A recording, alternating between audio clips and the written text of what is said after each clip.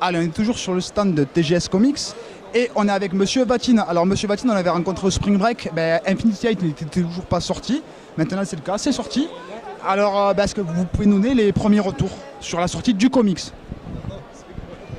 Étonnamment, ça marche très bien et ça a été, étonnamment, et ça a été vachement bien reçu par les fans de comics hardcore, je veux dire, du comics américain. Bon, étonnamment, vu la qualité des artistes et de l'ouvrage, voilà, mais bon, peut-être sur le format vous étiez étonné, mais nous quand même on avait déjà pressenti que ça allait être un beau succès. Non, mais en même temps, les expériences précédentes de comics à la française, à droite et à gauche, n'ont jamais été vraiment concluantes.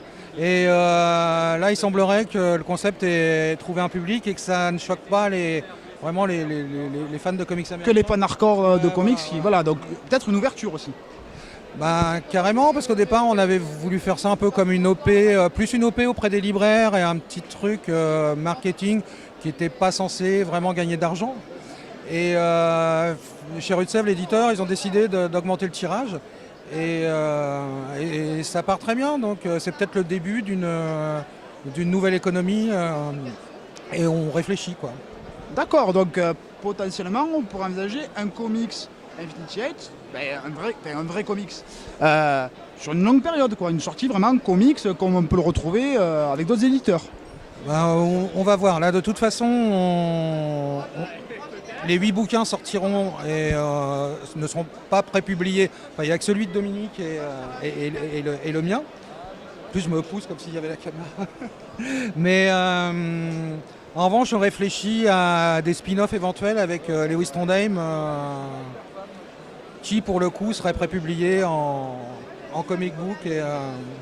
Mais lui, il avait déjà prévu dans son écriture de faire des césures toutes les 30 pages et tout, pour relancer très pro en vue d'une sortie aux États-Unis.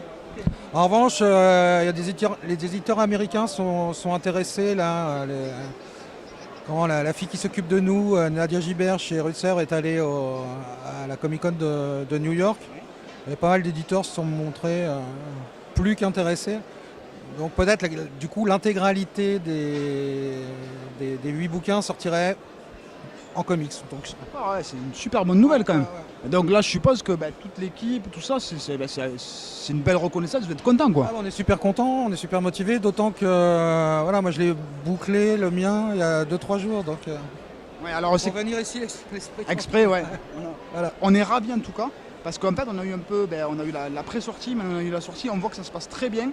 On va souhaiter que ça se passe encore mieux, que ça continue le succès. Moi j'invite tous les gens qui n'ont pas encore acheté le comic, soit acheter le comic, soit sinon ça sortira en version reliée, je pense. Oui. Voilà. Donc, les 8 bouquins sortiront, donc les 2 premiers sortent, celui de Doumé et le mien sortent pour Angoulême. Ensuite, le 3, le 4, il y aura je n'ai plus trop le planning en tête, mais ce sera environ un tous les 3 mois pour se terminer en début d'année prochaine, au tome 8. Ce sera dessiné par Kilofer. Ok, donc super, n'hésitez pas, c'est vraiment quelque chose de bien, c'est frais. Moi je trouve ça nouveau en France, voilà, et puis alors, voilà, jetez-y un œil. De toute façon, ils ont un super site aussi, vous pouvez aller voir. Et puis n'hésitez pas à venir les voir quand ils sont sur des conventions. Ils sont super gentils, ils sont super géniaux et c'est des super artistes, on les adore. Merci. Merci.